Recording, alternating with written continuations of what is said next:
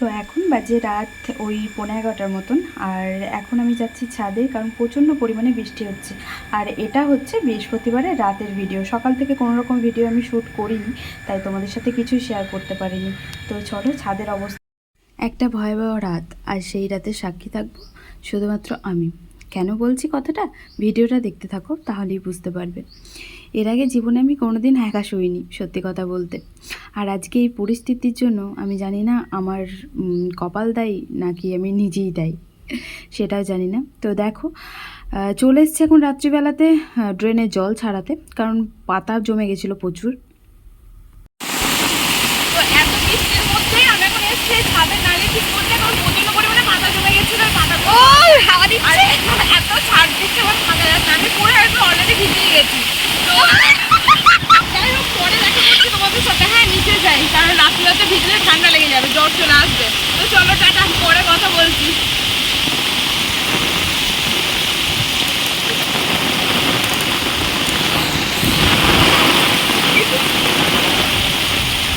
এখন বাজে রাত ওই 11:30, আর আমি চুপচাপ বসে আছি। তার কারণ কারেন্ট চলে গেছে, প্রচণ্ড পরিমাণে বৃষ্টি হচ্ছে, আর বৃষ্টি কমার নামই নেই, উপরন্ত বাড়ছে খুব। আর এত বৃষ্টি সত্যি আমি জীবনেই প্রথমবার দেখছি যে এতটা পরিমাণে বৃষ্টি হচ্ছে। সেই সন্ধ্যে থেকে আরম্ভ করেছে, সমানে হয়ে যাচ্ছে। আর ছাদ বেয়ে তো জল পড়ছিল অলরেডি। আর সেই জল দেখতে দেখতেই এখন আমার জামা কাপড় সব ভিজে গেছিলো।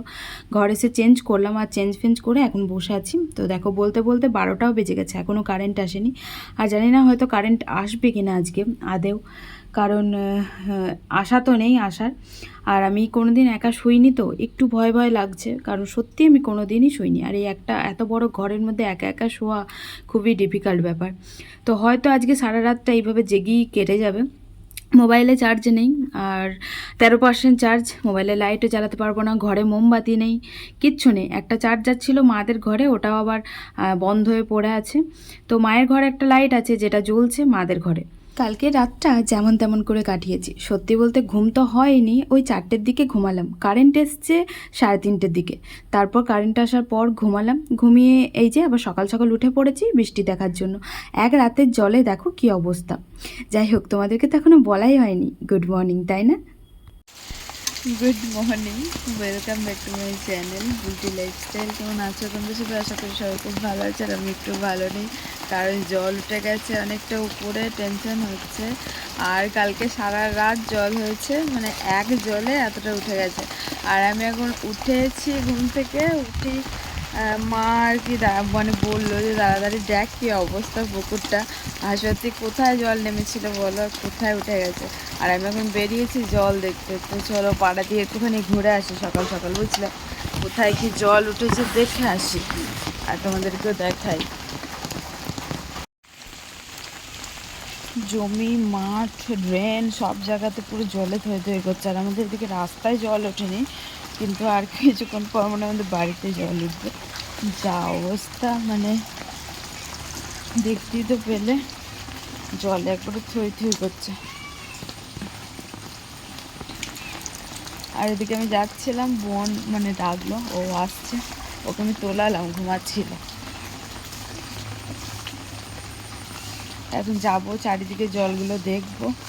না, আমাদের বাড়ির কাছে তো একদম মানে যাচ্ছে তাই অবস্থা।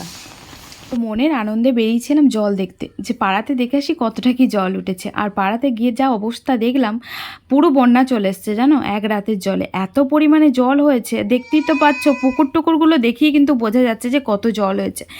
আর ওদিকটা দিয়ে প্রচুর জল হয়ে গেছিলো, মানে পায়ের পাতা ডুবে যাচ্ছিলো। তার জন্য ওইখান থেকে ওই দাদুটা আমাকে বললো, সাইকেল নিয়ে গেল, ওই দাদুটা বললো যে এদিকে আসিস না, খুব জল হয়ে গেছে এদিকে। তো তার জন্য আর গেলাম না। আমি দেখছি ভিজেও লাভ নেই, এমনিতেই অনেক কটা জামা কাপড় ভিজে গেছে, মেলার জায়গা নেই জানো তো।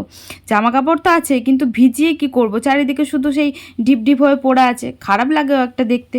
তার জন্য আর কি চলে আসলাম ওদিক থেকে। আর ওদিক থেকে চলে এসে এই দিকটা, এই চুয়োটা তোমাদেরকে দেখাতে আসলাম, যে মানে চারিদিকে পুরো জলে থই থই করছে। জানি না গঙ্গার কি অবস্থা, গঙ্গার ধারে তো যাওয়ার খুব ইচ্ছা ছিল, হয়তো সঞ্জু থাকলে যেতাম, কিন্তু ও যেহেতু নেই, তাই একা একা বাবা আমাকে গাড়ি বার করতেও দিল না। চারিদিকে তো জল, তার জন্য বাবা ভয়ও পাচ্ছিল যে যেতে হয় না, বিকালে যদি জল থামে তাহলে যাবি, গিয়ে দেখে আসবি। এখন আর বেরোতে হয় না, না কোথাও, আর তার জন্যই আমি আর কি বেরোলাম না। আর আমি এমনিতেও বেরোতাম না, কারণ ইচ্ছাও করছিল না বৃষ্টিতে ভিজতে। আর রাত থেকে বৃষ্টি হচ্ছে, ঠান্ডা ঠান্ডা লাগছিল, তার জন্যই আর কি। আর সত্যি কালকে রাতটা আমার এমন পরিমাণে ভয়ানক গেল, সত্যি আমি কোনোদিন ভুলবো না এই রাতের কথা। তো বৃষ্টিতে কি করবো, তাই ঘুরে ঘুরে বেড়াচ্ছি। আর এখন ঘুরতে ঘুরতে চলেছি ছাদে। এই যে ছাদের অবস্থা, দাঁড়া। তো এই যে সকাল থেকে ছাদে উঠতে পারিনি। আর কালকে রাতে তো এইগুলো তো পোটিং দেওয়া হয়েছিল, পোটিং না কোটিং। আর ভাগ্যিস এটা ছাড়িয়ে দিয়েছিলাম, তাই দেখো জলে ভর্তি হয়ে গেছিলো জানো, কালকে তো দেখালাম। আর এই দেখো পুকুরের অবস্থা দেখো, নিচে থেকে কতটাকে দেখতে পেরেছে। আর ওইখানে কতগুলো লোক ওই যে বাঁধ দিচ্ছে, জল ঢুকে গেছে মনে হয় ওই দিকটা, বৃষ্টিতে ভিজে ভিজে। আর এই যে এই অবস্থা আমাদের পুকুরের। কি ভয় লাগে জানো, যে এত জল দেখলে আমার খুব ভয় লাগে। আর এই যে আমাদের এই পর্যন্ত জল চলে এসছে আপাতত। আর আমার টবগুলো দেখি গা কি অবস্থা, জলে ভর্তি, মনে ফেলে দিই গা, দাঁড়াও, গাছগুলো আমার সব পচে যাবে না হলে। এই দেখো আমার টবের কি অবস্থা দেখো, জলে ভর্তি।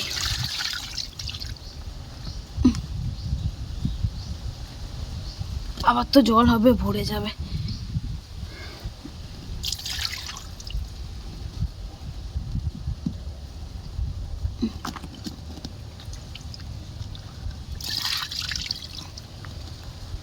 গাছের গোড়াগুলো যেন তো একটু করে খুঁড়ে দিতে হবে, কিন্তু যেহেতু তুলসী গাছ হয়েছে সবগুলোতে, তাই আর খুঁড়তে পারছি না। আর এই দেখো নীলকণ্ঠ আজকে একটা ফুটেছে, প্রত্যেক দিনই ফুল দেওয়ার চেষ্টা করে। কালকে 4টে না 5টা ফুটেছিল, আর আজকে এই যে একটা ফুটেছে। তো এটা আমি তুলে নিয়ে যাব, স্নান করার পর তুলবো, যেহেতু স্নান করিনি এখনো, একটু পরেই করব, ঠান্ডা লাগছে খুব, স্নানটা আর করিনি। একটু রোদ টোদ করুক, তারপরে এই জায়গাটা পরিষ্কার করে দিতে হবে, জানো তো, জায়গাটা একদম ঝাঁতা হয়ে গেছে। উফ, চলো নিচে যাই। আবার বৃষ্টি আসছে, আকাশ হয়ে গেছে মেঘলা। তো মেঘলা তো ছাড়েনি একটুও, তাও আর কি ওর মধ্যে একটুখানি হয়েছিল। মানুষকে বাধ্য করা হলে মানুষ সবই করতে পারে, তাই না বলো? আমাকে দেখে সেটা আমি বুঝতে পারি, কারণ আমি যে মেয়ে কোনোদিন একা শুতে পারতাম না, অন্ধকার ঘরে থাকতে পারতাম না, আজ সেই মেয়ে একটা গোটা রাত অন্ধকারে কাটিয়ে দিল। বৃষ্টি, আর যেটার কারণে আজ পুরো রায়হাট একবারে তছনছ হয়ে গেছে। দেখতে পাচ্ছ আমার পিছনে, এটা কিন্তু রাস্তা, কি অবস্থা দেখো। সামনেটা তোমাদেরকে দেখাই যে কি অবস্থা। আমি গাড়িটাকে দাঁড় করেছি শুধুমাত্র তোমাদেরকে দেখানোর জন্য। এই দেখো অর্ধেক জল আমি এরকম পেরিয়ে চলে এসেছি, তারপর ভাবলাম তোমাদেরকে দেখানোটা দরকার। এই দেখো রাস্তা, আর রাস্তার সাথে সব একদম অ্যাডজাস্ট হয়ে গেছে। আর এর মধ্যে দিয়ে সবাই গাড়ি টাড়ি সব কিছু নিয়ে যেতে হচ্ছে, কারণ এটা যেহেতু মেন রোডের মধ্যেই পড়ে, কি আর করা যাবে। আর আমি এইদিকে ফালতু ফালতু এলাম, আমি জানি না যে এতটা জল হয়ে গেছে। তো এই দেখো অলরেডি আমার পায়ের পাতা ডুবে গেছে, এই যে দেখতে পাচ্ছ। আর পিছনেও এই অবস্থা, সামনেও এই অবস্থা। কতদূর পর্যন্ত এই জল আছে জানি না, তবে এখন তো আমার যতদূর চোখ যাচ্ছে ততদূরই মনে হচ্ছে আছে। পুরো রাস্তাটার এই হাল। তো দেখো আমার গাড়ির মানে চাকা অর্ধেক বসে গেছে আর কি। এই যে ড্রেনের সাথে একদম হয়ে গেছে মিক্স। চলো আর বেশিক্ষণ দাঁড়ানো যাবে না, কারণ গাড়ি টাড়ি আসছে তো আমার জামা ফামা ভিজে যাচ্ছে, পাশ দিয়ে যাচ্ছে। তো চলো একবারে পার্লারে গিয়ে তোমাদের সাথে কথা বলছি। আর যেহেতু কাল থেকে বেরোয়নি, তাই মনটা কেমন করছিল, তার জন্য আসলাম পার্লারে। আর বৃষ্টিটা একটু থেমেছে, মেঘ করে আছে। তো চলো একবার পার্লারে গিয়ে দেখা করছি, টাটা।